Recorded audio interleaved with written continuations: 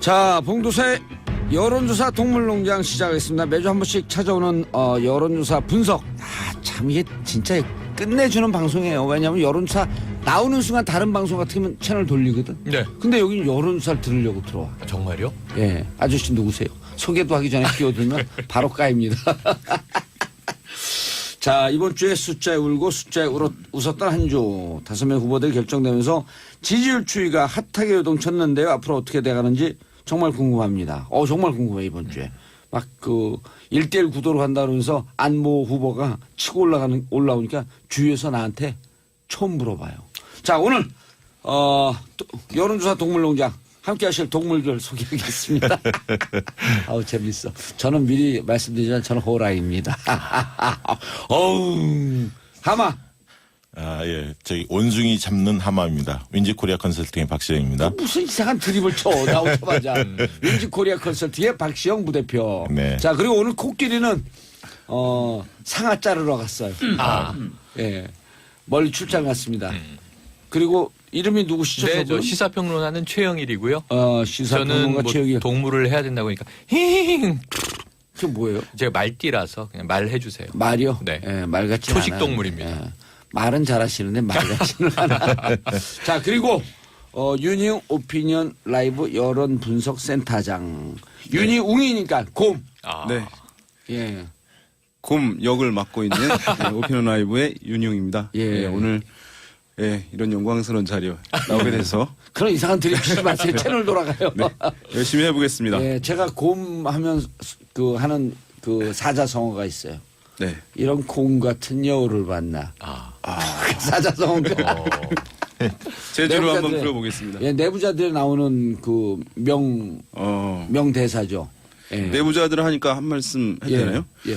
요즘에 전역 의원이 나오고 있잖아요. 외부자들이에요. 외부자들. 그건 외부자들이에요. 내부자들인가 다른가요? 어디서 드립을 치세요? 외부자들은 의원이 이병헌 나오시는 씨가 외부자들. 나오는 영화. 그래서 이제 손학규 전 대표가 이제 대선에 나왔는데 그게 이제 되기 좀 쉽지 않은 상황이었다. 왜 이미 전역이 있는 삶이 이루어졌기 때문에 전역이 있는 삶. 죄송합니다. 죄송해야 돼요, 이건. 아재곰인데요, 아재곰. 자, 우리 전문가분들에게 이제 여론조사 분석 듣는데요. 여론조사를 잘 들으면 좋은 후보를 선택할 수 있습니다. 그리고 여론조사 언론에서 현혹시키는 거 듣지 마시고 우리 하마, 말, 곰 세 분이 하시는 얘기 들으면 정확한 정답을 얻을 수 있습니다. 여러분도 함께 참석하시고요. 참여해 주시고요. 단문 50원, 장문 100원, 샵 1035, 샵 1035로 문자 보내주시면 저희가 참여시켜드리겠습니다. 자, 이병선님, 코끼리는 어디 가셨어요? 출장 갔습니다. 정현주, 하마 제일 좋아요. 하마 팬 생겼어요. 예. 하마 팬 카페 내 이름 만들어줄게요. 예, 무슨 이름이? 하마평. 하마를 평가한다. 하마평. 좋잖아요. 네, 좋네요. 보는 라디오는 처음 보는데 봉도사님 정말 잘생기셨네요. 오늘도 시원하게 털어주세요. 감사합니다. 김지현님. 봉도사님 오프닝부터 진행이 일치월장하시네요. 저 매일 열심히 듣고 있으니까 정치 전문가 안 되면 책임지세요. 정치 초짜른 정치 전문가 만들어드리고 정치 전문가는 풍요로운 오만하지 않는 평론가로 만들어드리는. 제가 평론 잘하면 이제 우리가 또 모셔다 씁니다. 자, 샵 1035 참여해 주시기 바라겠습니다. 하만 네. 터줏대 가면 그래도 오늘 네. 제일 오래 나왔어요. 그러네요. 졸지에. 좋아하시는 거 봐. 네. 안철수와 1대1 그리고 경우에 따라서는 안철수 후보가 이기는 네. 이게 결국은 핵심이거든요. 네. 그 뭔 현상이에요? 정말 이겨요? 일단은 일주일 이 지지율 추이를 좀 볼 필요가 있는데요. 예. 문재인 안철수 양강 구도가 형성이 됐는데 문재인 안철수가 한 일주일 전만 해도 10%포인트 정도가 차이가 났었습니다. 대략. 예. 근데 이게 이제 한 3, 4일 전부터 한 5%포인트까지 좀 좁혀진 이런 어떤 흐름을 좀 보이고 있어요. 네. 그래서 이제 그전에는 문재인이냐 아니냐 이 구도였는데 이제는 문재인이냐 안철수냐 이 구도로 좀 빠르게 형성이 됐습니다. 그런데 이게 과연 최근에 이제 각 진영의 분위기를 보니까 이렇게 이제 지지율이 급속하게 붙으니까 당연히 안철수 지지자들 같은 경우는 환호를 하죠. 굉장히 기대감이 형성이 됐습니다. 그런데 악재가 또 돌출이 됐습니다. 어제 그제. 어허. 그래서 이제 차떼기 논란과 그다음에 이제 조폭 뭐 이런 사진들이 공개가 되면서 좀 굉장히 긍정적인 분위기에 찬물을 끼얹는 일들이 좀 벌어지면서 고춧가루 좀 두 방울. 곤혹스러워하는 게 조금 상황이 목도가 되고요. 예. 반면에 문재인 지지층을 보면 굉장히 당황스러워했죠. 지지율이 갑자기 확 붙으니까 이러다가 뒤집히는 거 아닌가. 전문용어로 이게 목미? 위기감이 굉장히 형성이 됐다가 어제 그제 이제 그 안철수 후보의 이 악재들이 좀 돌출이 되면서 조금은 문재인 지지층이 이제 조금은 안도하는 다시 좀 다시 해보자 이런 분위기로 좀 바뀌는 것 같습니다. 어쨌든 두 후보 간의 각축이 굉장히 재밌는 양상으로 보여집니다. 네. 저는 개인적으로 윤희용 오피니언 라이브 여론 분석 센터장 네. 오늘 처음 뵙죠. 네. 예, 만나고 싶었어요. 왜냐하면 여론조사계에서는 그래도 그 한 획을 근 제일 인지도가 높은 그렇죠. 박수영의 뒤를 바짝 쫓고 있거든. 그건 아니고 윤희용 하면은 이름을 많이 알아요 사람들이. 왜냐하면 방송을 많이 하시는데 어허. 얼굴이 예. 이 브래드 피트하고 닮았어요. 브래드 네네.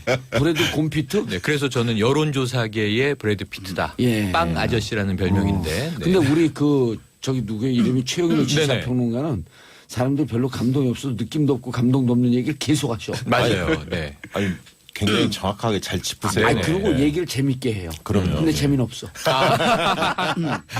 자, 예. 저는요. 네. 주위에서 제가 사실 그 사람들 가림을 많이 해요. 맞지 않는 얘기를 하면 바로 그 쫑꼬를 줘요. 그렇죠. 이런 훌륭한 사람 만나. 네. 이렇게. 네. 그러니까 내가 훌륭한 사람이라고 하면은 자기 문제가 있는 거야. 야, 너 쓸데없는 소리 하냐? 그럼 제대로 한 거야. 요즘 와갖고 이런 전화를 몇 군데서 받았어요. 네. 투표해야 되겠다. 안 하려고 그랬는데. 그게 왜? 그랬더니, 아니, 그 문재인, 그 팬이고 문재인 된다고 생각하고 정권 유치는 문재인이라고 왔는데, 이러다 문재인 안 되는 거 아니에요? 그래서 투표해야 네. 되겠다. 그래서 여론조사 분석가들이 얘기하기 전에, 문지지층이 결집하는 거 아닌가? 이런 생각이 딱 들더라고요. 네. 저한테 전화할 정도는 무조건 결심을 했고 전화하는 거거든. 실제 그런 흐름이 있는지. 이거 궁금해요. 이것은 일단 뭐 지표상에서 사실 오래전부터 나타났던 현상들인데 그것이 예. 이제 실제로 구현될 가능성이 있는 것이죠. 뭐냐면 과거에 보면 이제 이번 선거에 반드시 투표하겠다. 우리가 얘기하는 이제 아하. 적극 투표 의향이라고 얘기하는 잠깐. 것인데 예. 돌출. 네. 돌출 지적질. 다른 데서 얘기하듯이 상투적인 목소리 죽이고 옆집 술자석에서 옆집 아저씨한테 얘기하듯이. 그러니까 이게 선거는 사실은 우리가 여론조사 하는데요. 수치만 많이 얘기하잖아요. 높고 예. 낮은. 사실은 이제 그것만이 전부가 아니거든요. 거기에는 이제 의지, 스트렝스가 사실 매우 중요해요. 특히 이제 행동으로 연결되는 이제 여론일 경우에. 사실은 좀 미국의 뭐 샤이 트럼프라든가. 스트렝스가 뭐예요? 강도. 투표 의지, 네. 행동으로 강도. 옮기는. 예, 강도. 스톡의 명사형. 그렇죠. 영어 강사 나왔습니다. 네. 그러니까 사실은 이 강도를 뭐 그 함께 고민하지 않으면 살펴보지 않으면 그게 이제 미국의 여론조사 틀린 경우라든가 왜냐하면 예. 자기들의 생존권과 관련된 문제잖아요. 왜냐하면은 이 백인 노동자들이 트럼프가 돼야지 내 일자리 지켜진다. 더 나갈 수밖에 없는 거예요. 그리고 미국의 이제 영국의 브렉시트 예. 이민자들을 막아야지 내 일자리 지켜진다. 그러니까 의지가 강할 수밖에 없는 예. 거예요. 그러니까 실제 여론은 아마도 힐러리가 더 높을 수도 있고 아니면 또 브렉시트에 반대하는 게 더 높았을 수도 있는데 의지를 가진 사람이 더 많은 거죠. 투표를 꼭 해야 되겠다라고 하는 강력한 의지를 갖는 사람이 어느 층이 더 높냐. 네. 야. 그래서 이제 2002년 대선에서도 예. 사실 이제 그런 것들이 나타났던 것인 거예요. 그래서 이제 선거에서 이 의지를 찾아내는 건 매우 중요한 부분인데 사실 이게 쉽지는 않은 문제예요. 왜냐하면 이번 대선에 참여 투표하시겠습니까? 또 우리는 학습이 이제 투표를 안 하면 민주시민이 아닌 거잖아요. 그렇죠. 그러니까 그래서 반드시 하겠다라고 이제 사실 거짓말하거나 뭐 이렇게 이제 얘기하는 경우들이 많이 있어서 어렵지만 그러나 안 나올 수도 있는. 네, 그럼에도 불구하고 실제로 보면 과거에 특히 이 젊은 층의 화법이 안 맞는 거예요. 또 근데 그때 뭐 할 거야? 반드시 투표할 거야? 가봐야 알지. 반드시 할 거지만 젊은 층들 가봐야 알지 이렇게 얘기를 하잖아요. 그런데 이번에 최근에 이제 조사 결과들을 보면 젊은 층에서 오히려 투표 의지가 높아요. 그러니까 고령층보다도. 예. 그것은 실제 의지가 강하게 드러난다는 것이고 또 이제 젊은 층들 20대 같은 경우 우리 집이랑 실제 일하는 곳이랑 학교랑 불일치도가 20대에서 제일 높거든요. 저도 이제 결혼하면서 주소를 지방에 서울로 옮겼어요. 근데 이 사전투표제도 이제 시행되잖아요. 결혼하셨어요?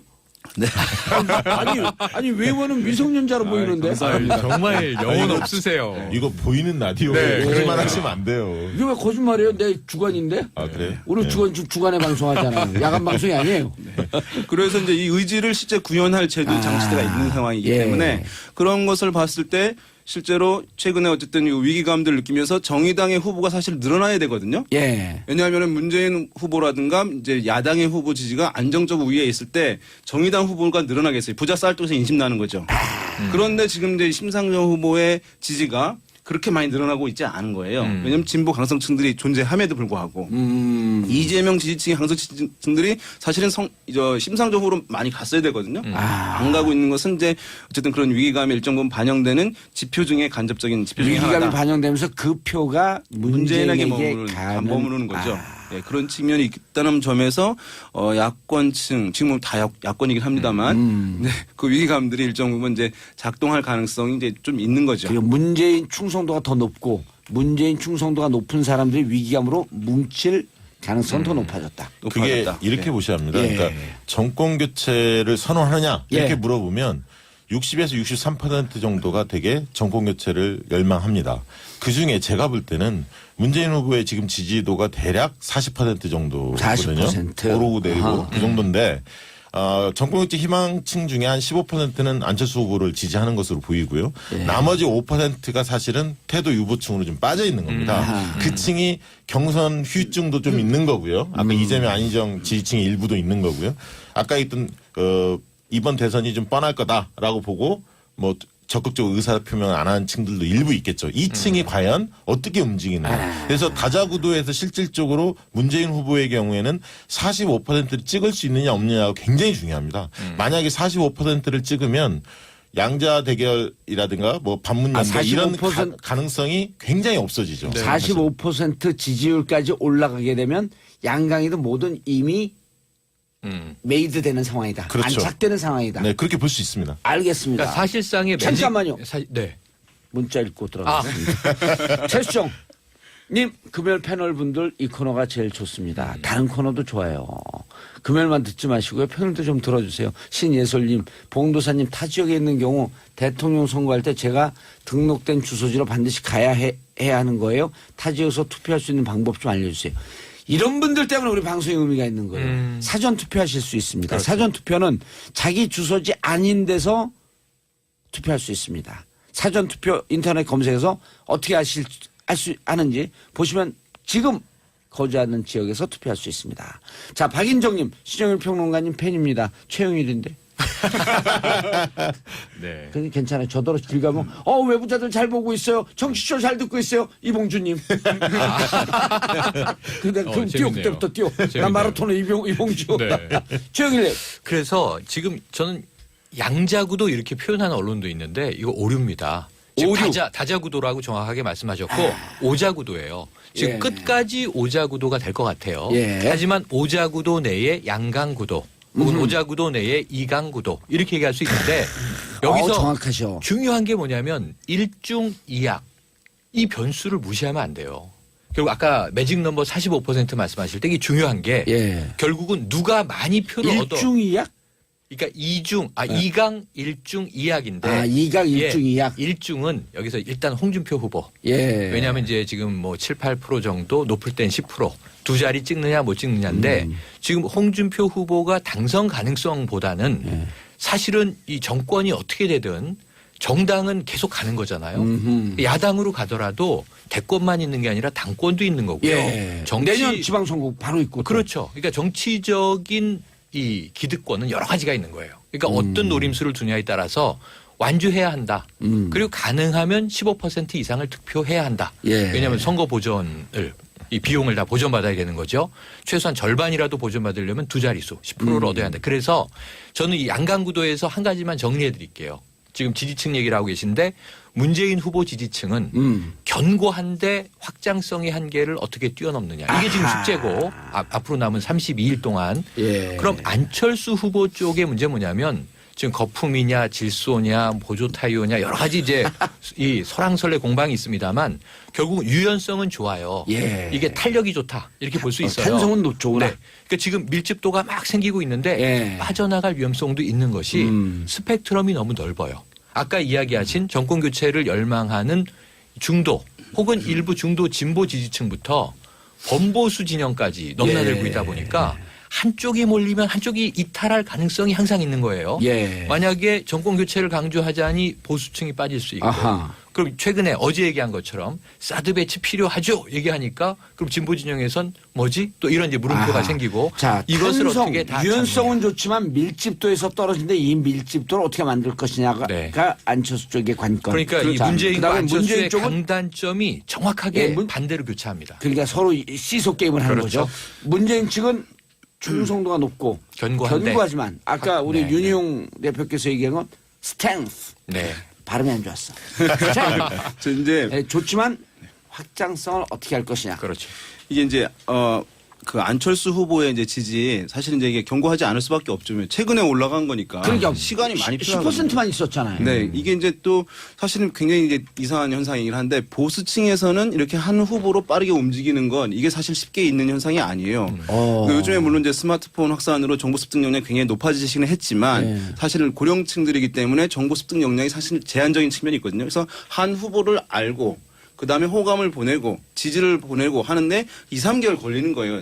젊은 층 같은 경우는 이제 하루아침에 누구 띄우고 가라앉히고 하는 것들이 쉬운 건데 고령층들은 사실 시간이 걸리는데 지금 보면 이게 이제 없는 현상이 지금 나타나고 있는 것이 어허. 후보를 막 갈아타면서 바꾸고 타면서 이제 여론조사하면서 이런 현상 잘 안 봤어요? 보수층들이 이렇게 빨리 움직이는 경우는 없죠. 근데 그런 걸 봤을 때는 이제 안철수 후보에 대한 열성적 지지로 갔다기보다는 어쨌든 이 보수층에서의 문재인 후보에 대한 견제 정서가 오랫동안 학습되어 온 것, 많이 학습되었던 거죠. 지난 대선부터. 예. 그러니까 어떤 문재인에 대해서 막아야 되는 것은 이제 1차 바리케이트를 사실은 안희정 후보로 친 거예요. 그럼 무너진 겁니다. 그러니까 다시 이제 2차 바리케이트를 안철수라고 하는 대안을 통해 가지고 예. 구현하려고 하는 것이거든요. 근데 이 사람들 상당히 사실은 왜 홍준표나 유승민한테 안 가냐. 이미 연습을 이 사람들도 오랫동안 했어요. 반기문도 사실 내부자는 아니잖아요. 그러니까 오랫동안 내부에 있는 어떤 정치인을 지지해야 하는데 대선에서 그런 연습을 이제 아닌 사람을 지지한 연습을 오랫동안 해오다 보니까 예, 지금도 안 마음이 가고. 편한 거고 예. 그것이 이제 지금 뚜렷이 나타나는 건데 그런 면에서 이제 안철수 후보에 대한 지지는 열성적 지지가 아니고 이제 이것이 견고하지 않은 측면이 있는데 그런데 이게 최종 종착지가 될 가능성이 높은 거예요. 왜냐하면 이후에 어디 갈 데가 없는 거니까. 예, 여기가 무너지는 건 아니니까. 알겠습니다. 자, 네. 우리 하마로 넘어가기 전에 윤희용 대표님. 네. 강원도 어디래요? 저 강원도 원주 출신입니다. 예, 한마디 몇 더. 마디 듣고 고향을 찝잖아요. 대단하십니다. 예. 대단하신데요. 예. 와. 하마. 몇 가지 말씀을 좀 드리면 45% 굉장히 중요하다. 다자구대 그 말씀 드렸는데 2007년 대선에서 이명박 후보가 당시 얻었던 득표율이 48%였습니다. 어마어마하게 이명박 대세론이 있었던 시기입니다. 있었음에도 불구하고 실질적으로 48%. 예, 그거는 그래서- 지난 2012년 문재인 후보가 떨어지면서 얻었던 득표와 예, 똑같다. 맞습니다. 48%였는데 아하. 45% 굉장히 중요하다 말씀 다시 한번 드리고 두 번째는 그 안철수 지지층을 분석할 때 제가 볼 때는 고정 지지자가 원래는 10%였는데 지금 이제 새롭게 한 25%가 막 붙었지 않습니까? 네. 그 중에 제가 볼 때는 한 10%는 확고한 지지 의향이 있는 것 같아요. 그래서 이제 안철수 지지자가 20%는 확고해졌다. 제가 볼 때 그렇게 보고 있고요. 15%는 아직 거품이 끼어 있다. 이게 굳어질지 움직일지는 지켜봐야 하는데. 안철수 지지층 예, 중에서. 그렇습니다. 35% 구조 중에서 지지 구조가 좀 아니, 하락하죠. 박시영 예. 대표님 얼마 전까지 진짜 10%였어요. 맞아요. 맞습니다. 네. 느닷없이 올라갔어. 예, 맞아요. 뭐 그게 이제 보수의 전략적 선택, 안희정 지지 이탈층의 이탈? 흡수, 뭐 이런 것들이 맞물린 건데 또 언론이 또 안희정 띄우기도 좀 안철수 띄우기도 좀 있었고요. 근데 중요한 건 뭐냐면 안철수 후보가 그동안에는 검증을 받지 않았습니다. 왜냐? 유력 후보가 아니었어요. 그러니까 그동안에는 중심이 문재인이었거든요. 예. 그다음에 반기문이었고 모든 왜냐? 선거가 유력 후보니까. 그렇죠. 모든 선거가 그렇죠. 문재인이냐 아니냐 구도로 그렇습니다. 갔었잖아요. 근데 지금은 이제 달라진 거죠. 어허. 그러니까 이제는 안철수 후보에 대해서 검증의 칼날이 가해질 겁니다. 그리고 그동안에 문재인 때리게 올인했는데 모든 정당 모든 후보들이 이제는 홍준표 후보의 경우에도 문재인도 때리지만 안철수도 때리기 시작합니다. 수밖에 없지. 협공 국면이 가는 거죠. 홍준표나 문재인 양측에서 이제 안철수로 칼을 들이댈 예. 겁니다. 그래서 이 검증 국면 특히 이제 최근에 검증 쏟아졌던 국면. 차떼기 이 논란은 굉장히 아프죠. 왜냐하면 경선이 굉장히 국민의당 흥행을 했는데 이 부분이 터지면서 차떼기 논란이 박시영 터지면서 하마. princip이 우리 방송 듣는 분들 중에 차떼기 모르는 분들 계세요. 그런가요? 차떼기가 뭔지 설명해야지. 차떼기 뭐지? 아니 정치 전문가들도 잘 몰라요. 왜냐면 네, 우리는 맞아요. 정치 속에서 20년, 30년 살았기 때문에 차떼기 하면은 2007년. 네. 그다음에 차떼기 하면 2002년 돈. 2002년. 예, 그다음에 실어 나르기 하면 2007년. 그러니까 딱딱 이거 나오는데 다른 겁니다. 예. 차떼기 구분해야 되는 게 2002년 차떼기는 돈. 차에다가 현금 박스를 싣고 예. 선거 때 돈을 뿌렸다는 얘기고요. 그리고 지금 박시영 이건 안 되는 부대표가 거고. 얘기하는 차떼기는 지금 렌터카를 이용해서 예. 17대인가요? 이용해서 실어 날른 거죠. 운전사하고 경선 렌터카 현장에. 비용을 대고. 근데 더 이게 누가 됐어요 그 비용을? 그 돈을 이제 국민의당 관계자가 된 것으로 지금까지는 파악이 되고 그 있습니다. 사람들이 누굴 찍은지 모르지만 어쨌든 국민의당 선거를 깨끗하고 누구나 참여할 수 있는 공정한 선거를 하자 그러는데 실제로는 유권자들을 실어날랐다. 네, 그게 이제 불법이 아니에요. 불법이죠. 어허. 전남에서도 일어났고 지금 비슷한 사례가 부산에서도 발견이 됐는데 문제는 이 조폭 사진 논란이 있었지 않습니까? 예. 안철수 후보가 조폭으로 보이는 사람들하고 사진을 같이 찍었다. 이게 전북에서. 논란이었는데 어허. 그 중에 한 분이 렌터카 사장이다. 그래서 이 부분이 그 조폭과 렌터카 지금 실어 날리는 것과 연관성이 있는 거 아니냐 해서 이 의혹이 일파만파 좀 퍼지는 상황입니다. 그래서 이 부분이 과연 어떻게 입증이 될지 검증이 한 이 부분이 장면이다, 이제 그게. 있고요. 예. 두 번째는 이 홍준표 지사가 10일 이후는 말이 이제 트일 겁니다. 지금까지는 뭐냐면 9일까지는 지금 공무원 신분이에요. 왜냐하면 지사직을 사퇴하지 그렇죠. 않았기 때문에 예. 이게 도를 지나친 발언을 하면 선거법으로 이 저쪽이 받습니다. 아, 그 지금 홍 반장이 무건 수행 중에 아니, 발언을 하시지만 도를 넘지는 않죠. 아하. 수위 조절을 하죠. 수위 조절을 하는 겁니다. 그런데 최근에 재밌는 현상이 뭐였냐면 얼마 전에 JTBC 그 손석희 앵커와 인터뷰가 화제가 됐었죠. 화제가 됐죠. 거기 출연하셔서 상당히 태도가 그렇게 좋게 보여지지는 않았습니다. 국민 반말도 다수가 하고. 본다면. 그럼요. 그러나 이걸 잘 보셔야 하는 게 국민 다수는 그렇게 봤을지 몰라도 보수 진영은 통쾌하다고 생각을 하고 있어요. 결집을 하고 있습니다. 왜 손석희 앵커가 진행하는 프로그램이 사실은 태블릿 PC 네. 이 국정농단에 이 밝혀지는 계기를 주어졌던 이 부분을 특정 보도하지 않았습니까? 그러니까 태극기 집회에서는 상당히 공격을 받은 인물이었죠. 예. 그렇죠. 손석희 그렇기 때문에 앵커가. 그 부분에 대해서 각을 세웠기 때문에 결집의 가능성도 있다. 저는 그렇게 좀 보여집니다. 알겠습니다. 자, 우리끼리 얘기하면요. 네. 불통의 방송이 됩니다. 그렇죠. 소통하는 방송. 단문 50원, 장문 100원, 샵 1035, 샵 1035로 유료 문자 보내주시기 바라겠습니다. 자, 이정현님 사전투표율은 5월 4일, 5일입니다.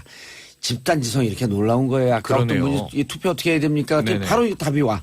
사전투표율은 5월 4일, 5일입니다. 어떤 후보라도 제대로 검증해서 나중에 대통령이 검찰에 출두한 일이 다시는 없었으면 좋겠습니다. 이분 그러니까 성함은 대통령 메시지다 이거는. 성함은 정치인이신데요. 예. 네. 아, 그러네. 네네. 성함은. 한때 이정현. 여당 대표셨던. 예. 네. 이런 분들이 국회의원이고 이런 분들이 대통령이에요. 그래서 대한민국 헌법 1조 2항 모든 권력은 국민으로부터 나온다. 그렇습니다. 자, 모든 방송은 국민으로부터 나오는 청취자로부터 나오는 정봉재 정치쇼. 성낙준님 후보자 간의 정책으로 평가받아야지 서로 헐뜯고 비방하는 후보는 국민들이 결코 찍지 않을 겁니다. 헐뜯고 비방하는 것도 정치의 일부라고 생각하고 좀 그것도 검증의 한 부분 아니에요? 잘 봐주시기 바라고요. 강매님 요즘 언론에서 특정 후보 띄우기가 있다는데 어떻게들 생각하시는지 이 주제는 우리가 반드시 말씀드리겠습니다. 샵 1035 문자 보내주시기 바라겠습니다. 네, 지금 성낙주님 말씀이 저는 확 와닿는데요. 예. 자, 이게 너무 네거티브로 흐르니까 예. 30일밖에 안 남았는데 그럼 예. 문재인의 공약은 뭐냐? 정책은 뭐냐? 어제 전화 받았어요. 어떤 안철수의 분한테. 공약과 정책은 뭐냐? 어떤 분한테 전화 받았어요. 네. 방송에서 네거티브한테 네거티브가 뭐예요?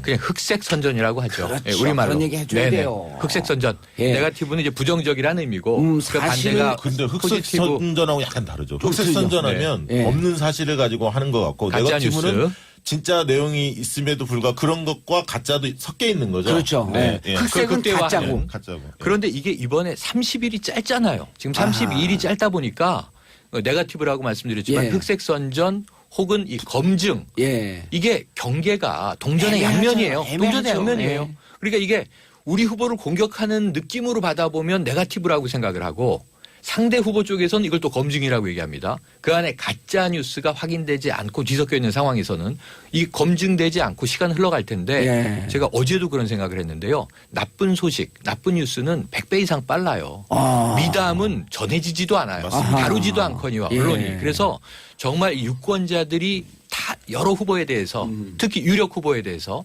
나쁜 얘기만 듣다가 투표장에 갈 가능성이 높아서 사 동물농장 세계에서 이런 프로 없어요. 아니 예. 음악을 들으니까 이게 동물의 왕국에 나와 있는 것 같아요. 그럼요. 네. 자 예. 스스로 이제 밝혀 양심 고백 커밍아웃 해야 돼. 네. 박시영 윈지코리아 컨설팅 부대표 뭐예요? 하마입니다.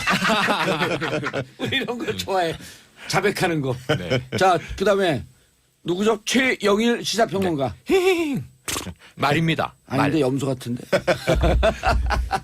자 그다음에 윤희용 오피니언 라이브 대표. 네, 곰입니다. 예 이런 곰 같은 네. 거 많다. 구미웅이죠. 구미웅. 뭐요? 꼬리 9개 달린 곰. 아까 곰 같은 여우라고 그러셨죠. 오늘 최영일 평론가는 개가로 나오신 것 같아. 저기 보고 손 한 번 들어주세요. 얼굴이 안 보인다고. 카메라로 나가나요? 그러면 보이는 라디오 보라. 연예인처럼 샤샤샤 뭐 이러면 그렇게 원숭이 같은데. 아 그래요? 잔나비로. 자 9773님 박시영 대표님 회사에서 지난번 총선 결과 정확하게 맞추셨는데 요즘 여론조사 안 하나요? 회사 대표가 실질적 대표가 윈지코리아인데 윈지코리아 최순실이 저예요. 아 제가 실질적 대표야. 숨어있는 정말요? 비선 실세. 실제로? 제가 하라 의지합니다. 허위사실 아니에요? 허위사실이면 허위사실로 감옥 가고 싶어 그러는데 허위사실 아니에요. 그럼 자신이 없는 거야. 아, 지금 굉장히 나쁜 거예요. 왜요? 그러니까 봉도사님이 촉으로 예. 총선이나 대선의 결과를 예언을 하면 박 대표님이 회사에서 통계적으로 데이터를 조작한다는 얘기로 들려서 아니요. 이 데이터를 근거해서. 네. 근거해서 우리가 아, 이 발표했죠. 데이터를 근거로 그럼요. 촉을 저는 찍으신다. 모든 정치적 발언하는 게 윈지코리아 컨설팅 데이터를 근거해서 합니다. 아 그래요? 그럼요. 자, 그리고 유념해 보겠습니다. 그럼 네. 요즘 우리 연구원들도 열심히 하고 있어요. 박성재 언론의 역할이 지금 중요한 시기네요. 화이팅이요. 김경란님 4월 12일에는 재보궐선거도 있답니다. 국회의원은 그렇죠. 성주 네. 이번에 그 사드 배치 때문에 문제가 되고 네, 있는 성주 네. 지역도 국회의원 재보궐선거 기초단체장도 세 군데 열립니다. 예, 어디에 한번 알려주세요. 하남, 그다음에 충북 괴산, 포천. 충북 괴산 포천. 자, 하남시에 살고 계신 분, 충북 괴산에 살고 괴산군에 살고 계신 분, 포천 시인가요? 포천도 시죠. 포천시에 살고 계시는 분들 재보궐선거 있다라고 하는 거 알고 반드시 투표해 주시기 바라겠습니다. 플라톤이 이런 얘기했죠. 정치에 무관심하면 미천한 사람들의 지배를 받는다. 김지현님, 제 주변에 대선이 황금연이라고 해외여행 알아보는 분들 많던데 그러지 말고 우리 아이들을 위해서는 꼭 투표합시다. 아니요, 여행 가도 괜찮습니다. 다만 사전 투표하고 가세요. 근데 이게 사전 투표일이 예. 연휴 안에 5월 4일, 5일이라서 어린이날이 끼어 있습니다. 그래서 어린이들한테 자기 자녀들한테 부끄럽지 않도록 사전 투표 하시고 그날 이렇게 연휴를 즐겼으면 좋겠습니다. 자녀들 손잡고 네, 투표장에. 투표하러 가시면 네. 아이들에게 앞으로 20년 동안 민주주의 교육하는 겁니다. 네. 좋은 나라 만드는 지름길. 그러니까 이게 자녀들 손잡고 투표장으로. 가장 불안한 대목인데요. 5월 1일 우리가 노동절이라고 하죠. 이 근로자의 날 휴무부터 직장인만 쉽니다. 예. 이때부터 5월 9일 대선일까지가 무려 9일을 쉴 수 있어요. 아하. 휴가를 한 사흘 내면 예. 2, 3일 이제 휴가를 쓰면 그래서 이때 해외여행 가시면 5월 1일 출국해서 5월 9일 들어오시면 이게 투표 불참 때문에 좀 걱정인데 예. 이번 투표가 굉장히 치열하거든요.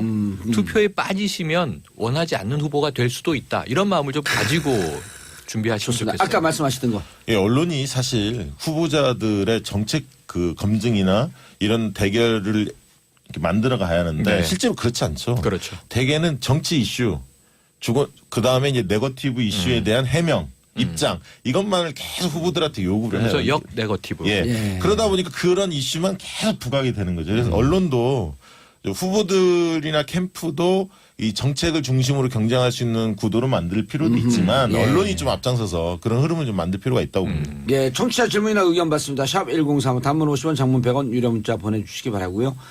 여론 언론에 대해서 얘기를 했는데요. 윤 대표님. 네. 이런 얘기가 있어요. 저도 기자 출신 아니에요. 네.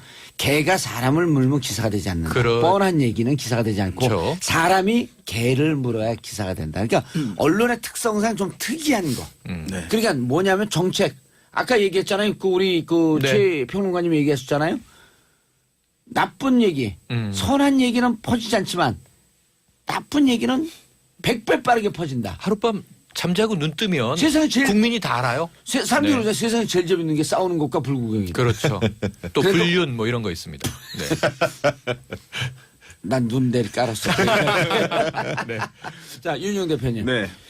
지금 정말 양강 구도가 아까 이제 그 2강 1중 2약 구도인데 네. 언론에서 양강 구도라고 하는데 양강 구도가 계속 갈까요? 이건 무슨 질문이냐면 안철수 후보가 문재인 산성을 넘을까? 아. 재인 산성이 워낙 강력했었는데 넘을까?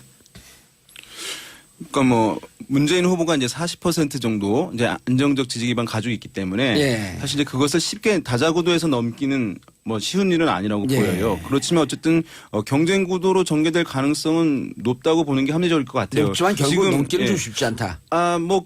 넘어갈 수도 있는 것이고, 그건 이제 뭐 캠페인의 역량에 따라서 한 5%포인트 정도는 왔다 갔다 하는 것이기 아하. 때문에, 왜냐면 상대방의 실수도 있을 수 있고, 예. 내가 잘하게 되면.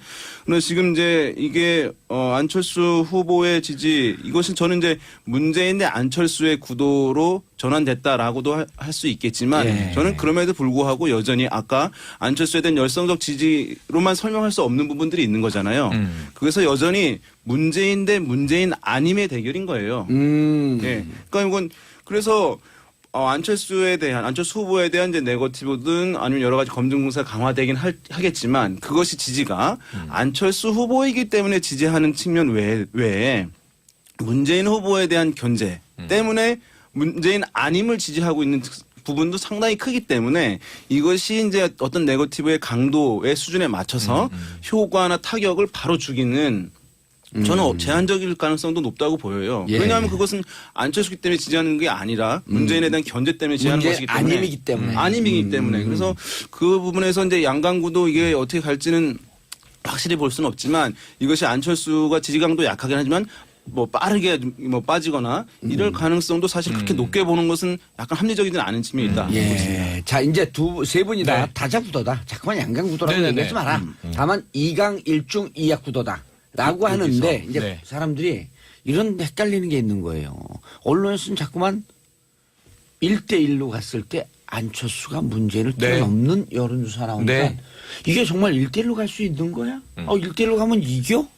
그건 저는 여론조사를 인용하는 언론이 예. 자꾸 양자 구도화하고 있다. 이것도 프레임이다. 객관적 네, 문제가 있다고 객관적 봐요. 사실이 아니라 본인들의 의도를 노출시키는 네, 거라고 네. 볼 수 있다. 아니, 그게 뭐 정치적인 의도든 예. 아니면 아까 말씀하신 대로 그래야 재밌으니까 뭐든지 챔피언과 도전자가 막상막하로 치열해야 경기라는 게 재밌잖아요. 예. 그러니까 언론은 재밌고 관심이 자꾸 몰려서 주목도가 높아져야 뭐 그냥 속칭 장사가 되는 거 아닙니까? 그렇죠. 그럴 수 있어요. 그런데 문제는 뭐냐면 우리가 다자구도를 전제로 보면 여기서 반지의 제왕을 이 영화를 제가 자꾸 강조하고 싶은 것이 이 안에 골룸이라는 캐릭터가 있어요. 예. 근데 이 안에는 선과 악이 공존하는 이 다중인격 캐릭터예요. 그런데 왜 1중과 2약을 우리가 주시해서 봐야 되냐면 지금 심상정 후보는 독야청청 유일한 진보정당 진보 후보입니다. 그런데 유승민 후보가 약에 들어있고 홍준표 후보가 중에 들어있잖아요. 연대할 건지 말 건지 아직도 오리무중 아닙니까? 그래서 끝까지 완주할 것 같은 분위기인데 현재는. 그런데 이 재밌는 사자구도로 분석한 걸 보니까 유승민 후보가 만약에 범보수 단일 후보가 되면 이게 안철수에게 유리하다.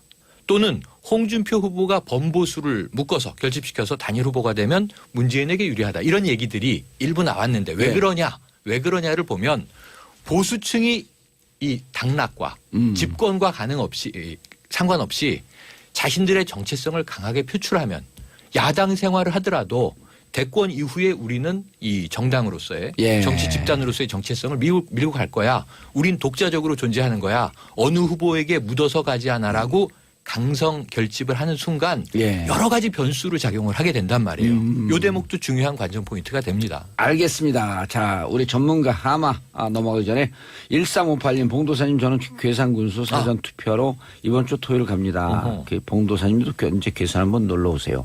자, 기초단체는 하남시, 괴산군, 포천시 투표 있고요. 그다음 국회의원은 성주군을 위시한 4개 군인데 어딘지 잘 모르겠어. 성주 군이 의성.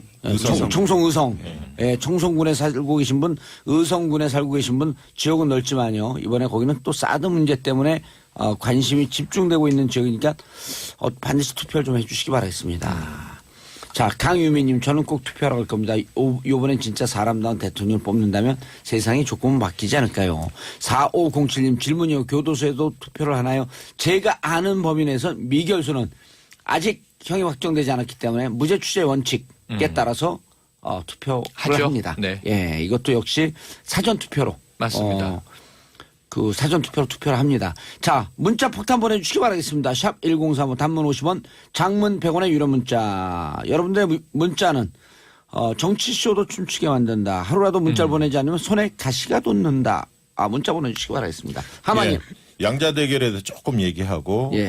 승부처가 어디서 날 건지를 좀 말씀드리겠습니다. 양자 대결 같은 경우에는 실제로 이루어지지 않을 것을 가상으로 물어보는 건데 허상입니다. 왜냐하면 저는 허상이다. 예, 왜냐하면 안철수 후보가 양자 대결을 원하지도 않고 설사 이게 이루어지면 오히려 역풍이 불기 때문에 저는 오히려 양자 대결을 하면 원래 호남 지지층이나 안철수의 개혁적인 지지층이 대거 빠질 거라고 봅니다. 오히려 문재인 후보가 반기는 이 구도예요. 저는 그렇게 된다면 문재인 후보가 50% 넘어서 손쉽게 이길 수도 있다. 이게 왜냐하면 흔히 얘기하는 상대방과 예를 들면 이질적인 조합과 연대하는 거에 대해서 이 국민들이 흔쾌하게 동의하지 않거든요. 그래서 이게 이루어질 수 없는 걸 가지고 자꾸 만들고 있다. 풍선 효과를 만들고 있다. 언론이 이렇게 보여지고요. 그다음에 이제 이 양자 없는 대결을 거다. 신기루다. 예, 신기루죠. 아하. 그리고 이게 조사를 할 때 문재인과 안철수 양자 대결을 물어보면 충분하게 생각하고 답변하는 게 아니에요. 그리고 자유한국당, 바른정당, 국민의당과 이렇게 단일화가 된다는 걸 전제로 충분하게 전달하지도 않고 그게 그렇게 연대를 했을 때 이질적 조합이 어떻게 국정운영을 꾸려갈 것에 대해 충분한 생각 속에서 답변하는 게 아니라 거의 인물 대결입니다. 문재인이 낫냐, 안철수가 좋냐 이런 것만 가지고 판단하게 돼 있는데 질문 방식도 좀 문제가 있고요, 사실. 그다음에 최근에 양자 대결 물어보면 당 소속을 또 밝히지 않고 이름만 가지고 이렇게 그렇죠. 물어보는 질문 그렇죠. 방식도 있고요. 무엇보다 중요한 건 유권자는 인물만 가지고 선택하는 사람들 있지만 소속 정당과 인물을 함께 고려해서 선택하는 사람이 많은데 아직 그 부분이 충분히 전달되지 않은 상태 속에서 양자 대결로 자꾸 몰아가고 있다. 이런 측면을 말씀드리고요. 안철수 후보의 지지율이 과연 빠질 거냐 조기에 이 부분에 대해서 말씀을 드리면 저는 1차 고민은 다음 주라고 봅니다. 그러니까 15, 16일 날 후보 등록일입니다. 그렇죠. 15, 16일. 이때 지지도가 굉장히 중요합니다. 15, 16일 날 앞두고 직전에. 그러면 지금 안철수 후보가 가파르게 상승을 해서 거의 접전이 이루어지고 있는데 5%포인트까지 거의 좁혔는데 그렇죠. 사실 아까 제가 말씀드렸지만 악재가 터지면서 이게 엎을 수 있는 상황까지도 왔는데 이게 주춤하게 돼 있는 지금 전망이 좀 나옵니다. 국면이 될 것 같은데 향후에 아까 얘기했듯이 이제 홍준표 문재인 쪽에서 계속 이제 공세가 이어지고 협공이 이루어질 거고 무엇보다 중요한 것은 누구랑 연대할 것인데 이 부분이 쟁점으로 떠오를 가능성이 있습니다. 집권한 다음에 이게 그 만약에 안철수 그걸 좀 이따 후보가 얘기하면 안 될까? 너무 많아. 아니 하나만 내용이. 안철수 후보가 집권을 하게 되면 이게 민주당이나 정의당하고 연대할 거냐 아니면 자유한국당이나 바른정당하고 연대할 거냐 이 입장을 밝히라고 요구할 겁니다. 왜냐하면 민주당 문재인 후보의 경우에는 이 부분을 답변했거든요. 네. 자기는 국민의당 정의당하고 하겠다. 개혁정부를 구성하겠다. 개혁정부를 구성하겠다. 이렇게 표명했는데 안철수 후보는 그 부분에 대해서 답변을 안 하고 있습니다. 왜냐하면 못할 거 어느 아니에요? 쪽의 편을 드는 순간 한쪽이 이탈할 것을 알고 있기 때문에 그렇죠. 답변을 안 하고 있는데 그렇죠. 결국은 그 문제에 대해서 답변을 할 수밖에 없는 그 구조로 갈 겁니다. 그래서 박시영 하마님. 네. 얼마 전에 언론 기사를 봤더니 양강 구도로 하면 안철수가 이기는 여론조사 나올 때도 양강을 설명해 주는 거예요. 안철수의 국민의당이 자유한국당, 바른정당과 손잡아서 하나의 정당이 되면 네. 이렇게 설명해 주더니 쭉 빠지면서 문재인 승. 네. 그래서 지금 박시영 부대표가 얘기하는 게 설득력이 좀 있네. 설명을 해주면 그리고 나중에 끝나고 난 다음에 자유한국당하고 손잡고 적폐 청산 대상인데 거기하고 손잡고 연합정부 구성할 거예요? 이렇게 하는 순간 네. 호남 세력은 다 빠질 거 아니에요. 촛불 세력 다 빠지고. 자, 저는 이제 이 정치적으로 객관과 중립을 유지하는 평론가지만 여기서 이제 근데 눈빛이 왼쪽으로 가 있어. 안철수 후보 쪽을 조금 말씀을 해드리죠. 뭐냐면 강력한 워딩이 하나 있었는데 안철수 쪽. 네, 정치인들과 정치공학적인 연대는 없다. 불살라버렸다 이런 표현을 썼어요. 우리 유권자들이 기억력 좋습니다. 이게 30여일 동안 이걸 뒤집을 수는 없어요. 그 순간 저는 대권 후보로서의 자격에 상당한 치명적인 상처를 입어요. 그래서 예. 정치 공학적인 연대가 없다 하면 당대당 연대라든가 예. 합당은 시간도 불가능하거니와 선거 연대나 단일화는 없다라는 걸 네. 의미하고 국민에 의한 연대만 있다예요. 이건 뭐냐면 알아서 저에게 몰표를 주셔야 문재인 후보가 대통령이 되지 않고 제가 될 수 있습니다라는 시그널이잖아요. 예. 그러니까 이거는 명확하기 때문에 당대당 연대 가능성은 없는 거로 보고 저는 예. 오자구도가 끝까지 간다. 끝까지 간다. 누구도 중도 사퇴하지 않고 안주한다라고 이제 전제를 하고 있습니다. 예, 윤영 대표님. 그러니까 이제 국민의당 또 안철수 후보 입장에서 이제 뭐 여러 가지 이제 앞으로 이 지지가 이제 조정이 될 가능성도 있긴 한데 저는 예. 이제 이런 측면을 봐야 이제 그 연대와 관련한 부분들이 이제 지속적으로 괴롭힘을 이제 줄 텐데 예. 가령 이제 뭐 김종인 전 대표 등과 이제 연대를 이제 할 수도 있잖아요. 만약에 뭐 어떻게 될지 그건 뭐 모르겠습니다만. 무소속이니까. 예, 그런데 이제 뭐 문재인 후보에 대한 이제 공세 카드로서는 굉장히 어떤 효과적일 수 있기 때문에 모양새를 갖춰서 같이 할 가능성이 있을 수 있는데 그런데 이 스피커 관리들을 이제 안철수 후보 측에서 못하게 되는 상황이 발생할 수 있을 거예요.